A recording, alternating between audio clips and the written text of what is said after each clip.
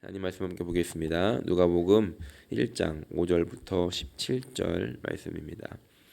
누가복음 1장 5절부터 17절 말씀 함께 봉독하겠습니다. 유다 왕 헤롯 때에 아비야 반열에 제사장 한 사람이 있었으니 이름은 사가랴요, 그의 아내는 아론의 자손이니 이름은 엘리사벳이라. 이 두 사람이 하나님 앞에 의인이니 주의 모든 계명과 규례대로 흠이 없이 행하더라. 엘리사벳이 잉태를 못함으로 그들에게 자식이 없고 두 사람의 나이가 많더라.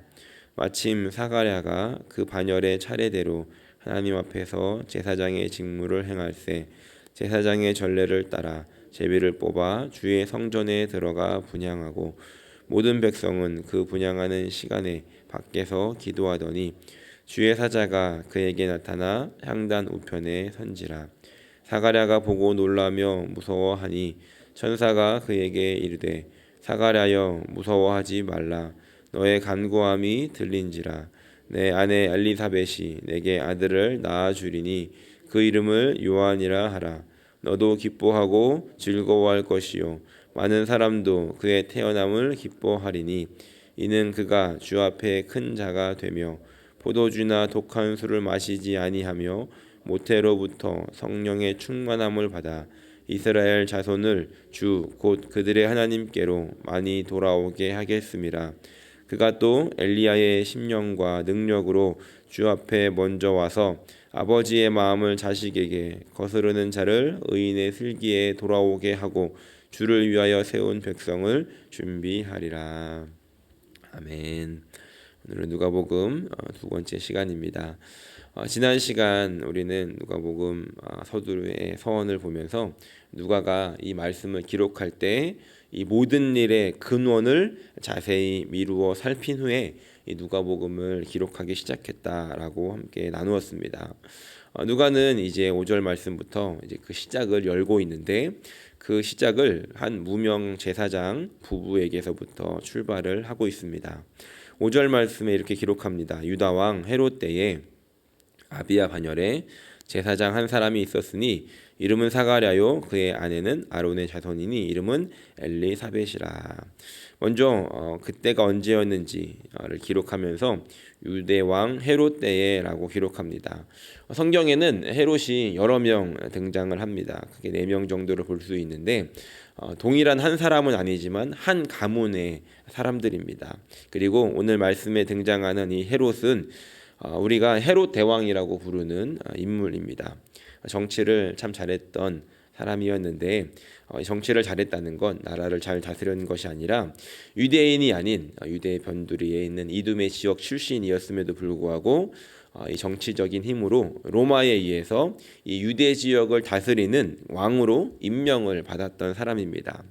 그래서 그는 유대인이 아니었는데 그 유대 지역을 다스려야 했기 때문에 유대인들의 환심을 사고자 성전을 재건하기 시작합니다. 그래서 예수님 시대의 그 성전을 우리가 헤롯 성전이라고 부르는데 이 이유가 헤롯에 의해서 그 건물이 지어졌기 때문에 헤롯 성전이라는 이름을 붙이고 있습니다.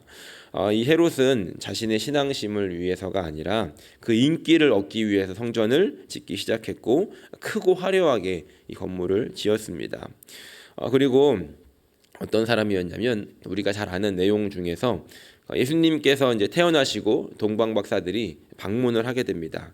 그때 헤롯 대왕을 찾아와서 유대인의 왕이 어디서 났는지를 물어보고 나중에 이 헤롯이 동방 박사들에게 속았다는 것을 알고서 그 때에 그 지역에 있는 아이들을 다 죽이라고 명령했던 그래서 많은 슬픔의 통곡 소리가 났던 일이 있었는데 그때 이것을 지시했던 사람이 바로 오늘 기록하고 있는 이 헤롯이라는 사람입니다. 누가가 이 헤롯을 언급하고 있는 이유는 역사적인 이유도 있겠지만 그 당시에 이제 시대적인 상황이 어떠했는가를 이야기하고자 하는 것이었죠.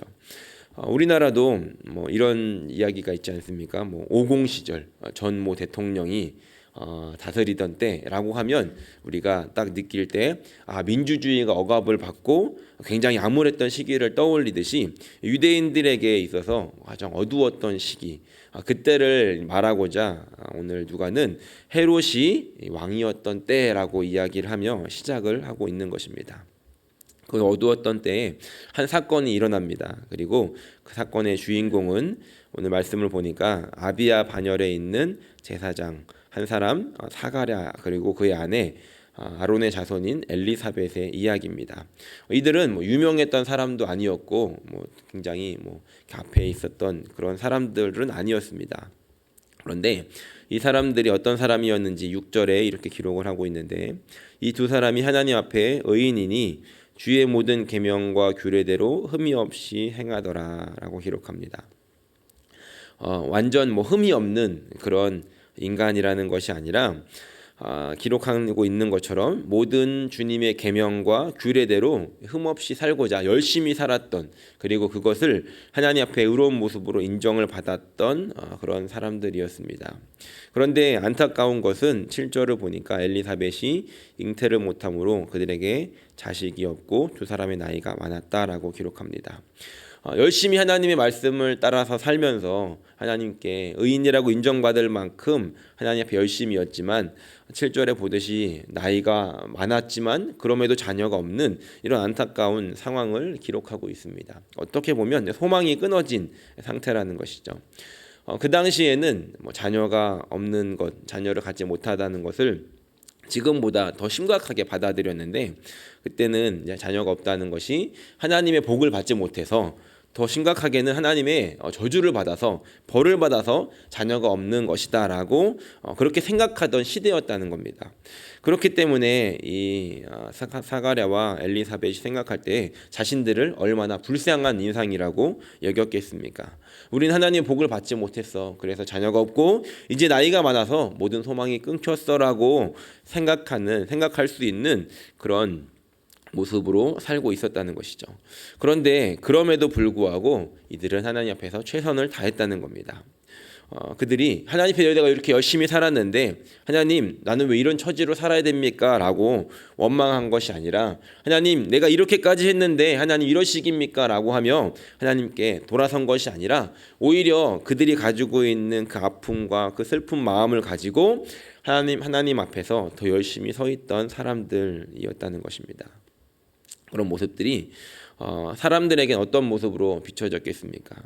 저들은 하나님 열심히 섬기는데 왜 이렇게 복을 받지 못했을까라고 하며 사람들에게는 그렇게 수군거리는 일들이 될 수 있을지 모르겠지만, 하나님께서는 그 가정을, 이 두 부부를 특별하게 여기고 계셨고, 그 모든 수고와 그 모든 기도와 그 모든 열심을 하나님께서는 보고 계셨다는 것입니다. 오늘 여기서 한 가지를 적용해 볼 수 있을 것 같습니다. 그것은 오늘 우리의 신앙의 생활의 기준을 어디에 둘 것인가 하는 것입니다. 우리가 하나님 앞에 열심히 살아가고 있는데, 사람들이 볼 때는 저렇게 열심히 하나님을 믿으면 잘 살아야 되는 거 아닌가?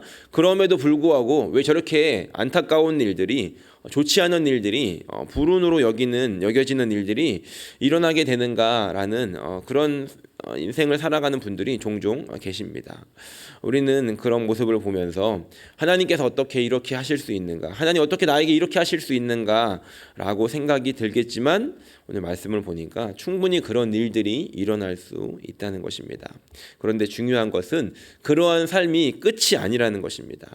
하나님께서는 그것이 끝이 아니라 오늘 말씀을 통해서 그럼에도 불구하고 그런 일들은 충분히 일어날 수 있지만 하나님 앞에 엎드리며 최선을 다하는 그 삶을 하나님께서는 보고 계시고, 그것이 끝이 아니라 하나님은 그것을 통해서 이제 이루고자 하시는 또 하나의 일들, 놀라운 일들을 분명히 준비하고 계시다는 것을 오늘 말씀을 통해서 우리는 깨달을 수 있는 것입니다. 바라기는 오늘 내가 열심히 하나님 앞에 살았는데 나에게 왜 이런 일들이 일어나는가 라고 고민하는 분들이 계셨다면, 아니면 주위에 그런 분들을 보면서 안타까워하는 분들이 계셨다면, 오늘 말씀을 통해서 하나님이 보고 계시구나, 하나님이 분명히 기억하고 계시구나, 하나님의 때에 그 기도를 들어주실 것이구나 라고 하는 그 믿음을 가지고 오늘도 하나님 앞에 열심을 다해 살아갈 수 있는 저 여러분들이 되시기를 예수님의 이름으로 간절히 축원합니다.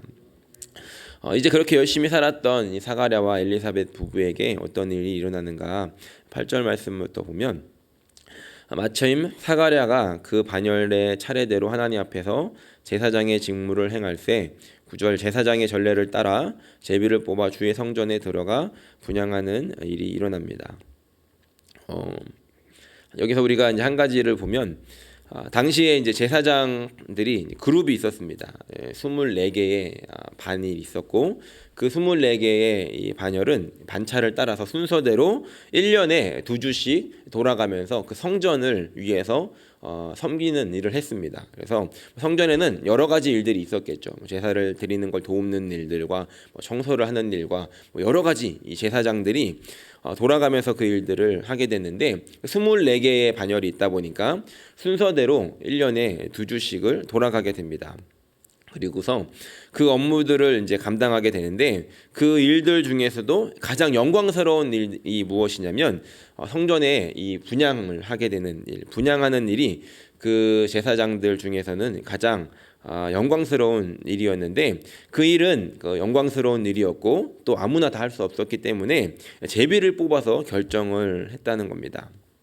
그 당시에 이 한 반열에 제사장이 몇 명 정도 있었냐면 당시 기록에 의하면 예루살렘 주변에 특히 여리고라는 동네에 제사장들이 많이 살았는데 그 제사장들의 수가 한 2만 명 정도 됐다고 합니다. 그러니까 2만 명인데 24개의 반으로 나누면은 한 반열당 한 830명, 50명 정도 되는 숫자인데 그러니까 850명 정도가 제비를 뽑아가지고 1년에 이제 두 주니까 2명만 선택을 받는 겁니다. 그러니까 그렇게 850명 중에 1년에 2명만 선택을 받아서 그 사람이 그 제사장 그 성전에 분향하는 일을 이제 하게 되는 일이 있었다는 것이죠. 그래서 어떤 사람은 평생을 살면서도 한 번도 그 기회가 오지 못하는 그런 일들이 충분히 있었다는 겁니다. 그러니 사람들은 이 제사장들은 자신의 이제 자신의 반이 순서가 오기를 기다렸다가 그 안에서도 또 제비를 뽑혀서 그 성전에 분향하는 일들을 얼마나 기다렸겠습니까? 굉장히 영광스럽게 또 생각하지 않았겠습니까? 하나님께 선택을 받은 그런 시간이라고 생각을 했겠죠. 그런데 오늘 그 기회가 이 나이 많은 사가랴에게 왔다는 겁니다. 어떻게 보면 죽을 때까지 한 번도 못 올 수 있는 기회였지만 드디어 죽기 전에 자신에게 그 기회가 찾아오게 된 것이죠. 그리고 사가랴는 그 성전에 분향하기 위해서 이제 그곳으로 들어갑니다. 아마도 이제 평생에 한 번 오는 기회이니까 잘 해보고 싶었겠죠. 그래서 이미 그 경험이 있던 사람들에 가서 물어보고 또 예행 연습도 하고 또 마음의 준비도 하고 여러 가지 준비를 했을 것입니다. 그런데 듣지 못한 일이 있었습니다. 그곳에 가면 누구를 만나게 될 것이다 이런 말은 들어보지 못했겠죠. 그런데 오늘 말씀을 보니까 성전에 들어가서 분향을 하게 되는데 웬 천사가 그 옆에 서 있는 것을 보게 되었습니다. 사가랴는 또 보도 못했던 일들, 경험이 없었던 일들이 일어나게 되는 것이죠. 그래서 무서워서 떨고 있을 때 13절 말씀을 보니까 이렇게 기록합니다. 천사가 그에게 이르되 사가랴여 무서워하지 말라. 너의 간구함이 들린지라. 내 아내 엘리사벳이 내게 아들을 낳아 주리니 그 이름을 요한이라 하라 하고 이렇게 천사에게 말씀을 듣게 됩니다. 천사는 이렇게 이야기를 하죠. 너의 간구함이 들린지라. 그리고 아들을 줄 것이고 이름을 요한이라고 하라는 겁니다. 재밌는 것은 천사가 그 사가랴에게 찾아와서 했던 첫 번째 말은 너의 간구함, 너의 기도를 내가 들었다라고 먼저 이야기를 한다는 것입니다. 그동안에 이 노 부부가 얼마나 많이 기도를 했겠습니까? 그럼 어떤 기도를 했을까요? 아마 처음에는 자녀를 달라고 기도를 했겠죠. 하나님 우리가 자녀가 없어서 힘듭니다. 하나님 열심히 살 테니까 제발 자녀를 주십시오라고 이렇게 기도를 했을 것입니다. 그런데 이제 시간이 점점 지나가면서 나이는 늙어가고 더 이상 우리는 불가능하다는 것을 알게 되었을 때 그들은 이제 자녀를 달라는 그 기도가 아니라 그 자녀가 없는 그 아픔을 품고 그 시대의 아픔을 가지고 기도하지 않았을까 이런 생각을 해보게 됩니다. 시대적으로 암울한 시기에 마치 그들이 자녀가 없어서 안타까워하고 있는 것처럼 아무도 하나님의 말씀을 들으려고 하지 않는 그런 시기에 그 마음을 품고 그 민족을 품고 하나님 이 민족을 포기하지 말아 주십시오라고 기도하지 않았겠습니까? 그리고 이제 그 기도는 하나님께서 들으셨고 천사를 통해서 말씀하고 계신 것입니다. 너의 간구함이 나에게 들렸다. 그동안 내가 못 듣고 있었다가 아니라 너가 했던 그 기도가 이제 때가 되어서 내가 너에게 응답하러 왔다라고 말씀하고 있다는 겁니다. 그렇게 천사를 만나게 되었습니다. 이 천사는 마침 그날 우연히 만난 것이 아니라 제비 뽑혀서 우연히 만나게 된 것이 아니라 이것은 우연을 가장한, 사람들이 볼 때는 우연히 뽑힌 것이겠지만 하나님께서는 그 천사를 그곳에서 만나고자 이렇게 우연을 가장한 필연으로 사가랴를 그 시간에 그곳에 뽑히게 하시고 천사를 보내서 그곳에서 만나게 하셨다는 겁니다. 사람들에는 우연이라고 하는 일들, 하지만 하나님의 사람들에게는 우연이라는 것은 결코 있을 수가 없다는 것입니다. 하나님 앞에 열심을 다해서 이들은 살아갔고 그 최선을 다해서 그 아픔을 품고 간구했던 그 사가랴와 엘리사벳의 기도를 하나님께서는 기억하고 듣고 계셨고 이제 그간의 아픔을 기쁨으로 바꾸시겠다라고 약속하십니다. 14절 보니까 너도 기뻐하고 즐거워할 것이요 많은 사람도 그의 태어남을 기뻐하리니 라고 말씀합니다. 이제 이 기도가 응답이 되었는데 그거는 너만의 응답이 아니라 너가 품었던 그 기도를 내가 듣고 이제 민족의 기쁨이 될 것이다 라고 말씀하고 있는 것이죠. 그러면서 이제 태어날 그 요한이 어떤 사람이 될 것인지를 말씀하고 있는데 16절 17절 보겠습니다. 이스라엘 자손을 주 곧 그들의 하나님께로 많이 돌아오게 하겠습니다. 그가 또 엘리야의 심령과 능력으로 주 앞에 먼저 와서 아버지의 마음을 자식에게 거스르는 자를 의인의 슬기에 돌아오게 하고 주를 위하여 세운 백성을 준비하리라 라고 이 요한이 어떤 일을 하게 될지를 이야기하고 있습니다. 그런데 이 사건은 그냥 이렇게 천사를 만나서 이렇게 이루어진 단순한 사건이 아니라는 겁니다. 우리가 좀 더 넓은 눈으로 보게 되면 어떤 이 사건이 어떤 중요성을 갖냐면 지금 복음서가 쓰여지기 전 마지막 구약 시대 선지자가 말라기 선지자입니다. 그런데 그 말라기 선지자를 통해 하나님 말씀하시고 이제 하나님의 말씀이 더 이상 이스라엘 백성들에게 임하지 않습니다. 그래서 이 시기를 우리는 암흑기라고도 부르고 중간기라고도 부릅니다. 한 약 400년의 시간 동안 하나님의 말씀이 완전히 사라졌던 그런 시대가 있었다는 것이죠. 그런데 이제 그 말라기 선지자 이후에 드디어 400년이 지나서 하나님의 말씀이 이제 들려지기 시작했다는 겁니다. 말라기 선지자를 통해서 하셨던 마지막 말씀, 그 말씀을 한번 찾아서 읽어보고 싶은데요. 말라기 4장 5절 6절입니다. 다 같이 한번 읽어보겠습니다. 말라기 4장 5절 6절 마지막 말씀입니다. 구약에 보라 야훼의 크고 두려운 날이 이르기 전에 내가 선지자 엘리야를 너희에게로 보내리니 그가 아버지의 마음을 자녀에게로 돌이키게 하고 자녀들의 마음을 그들의 아버지에게로 돌이키게 하리라. 돌이키지 아니하면 두렵건대 내가 와서 저주로 그 땅을 칠까 하노라 하시니라 라고 기록하고 있습니다. 아버지의 마음을 자녀에게로 그리고 자녀들의 마음을 그 아버지에게로 돌이키리라 라고 말씀하고 있습니다. 우리가 조금 전에 읽었던 이 천사가 나타나서 사가랴에게 했던 말씀이 엘리야의 심령과 능력으로 주님 앞에 먼저 와서 아버지의 마음을 자식에게 이렇게 돌아오게 한다는 것을 이야기하고 있죠. 그러니까 지금 이 사건이 어떤 사건이냐면 말라기 선지자를 통해서 마지막 400년 전에 했던 말씀이 이제 400년 후에 이제 다시 나타나서 그 하나님 앞에 그 의로움 앞에 의롭게 살면서 시대의 아픔을 품고 있는 그 사가랴와 엘리사벳을 통하여서 그 이제 하나님의 말씀이 다시 이제 시작될 것이다라고 누가는 이 400년 전 끊겼던 그 말씀이 다시 연결되면서 이제 하나님께서 일하시는 새로운 시대가 열렸다라고 선포하고 있는 것입니다. 오늘 이 말씀을 이제 맺으면서 오늘 이 말씀이 저희에게 이렇게 적용되기를 원합니다. 이 사가랴와 이 엘리사벳의 이 삶이 오늘 저 여러분들의 삶이 되기를 소원합니다. 이런 기도와 이런 삶이 저희들에게 있기를 소원합니다. 그렇게 하나님의 말씀을 지키고자 살아가고, 그리고 우리에게 일어나는 그 아픔들을 우리의 아픔과 또 하나님의 아픔으로 품고 기도하는 삶을 사는 사람들은 우연이라고 말할 수 있겠지만 하나님의 필연적인 역사들이 나타난다는 것입니다. 사람들은 비록 그것이 우연이라고 이야기할 수 있겠지만 기도하는 사람들은 알죠. 이것은 우연히 일어난 것이 아니라 이 기도를 통해서 하나님이 일하셨고 그 기도를 통해서 하나님께서 맺으신 열매라는 것을 우리는 깨닫게 된다는 것입니다. 오늘 이렇게 기도하고 삶을 살아감으로 말미암아 우리의 삶에서 일하시는 우연처럼 보이는 그런 하나님의 필연을 우리가 이루어내고 그것을 통해서 열매 맺고 응답받는, 그리고 그것을 경험할 수 있게 되는 저 여러분들의 삶이 되시기를 예수님의 이름으로 간절히 축원합니다.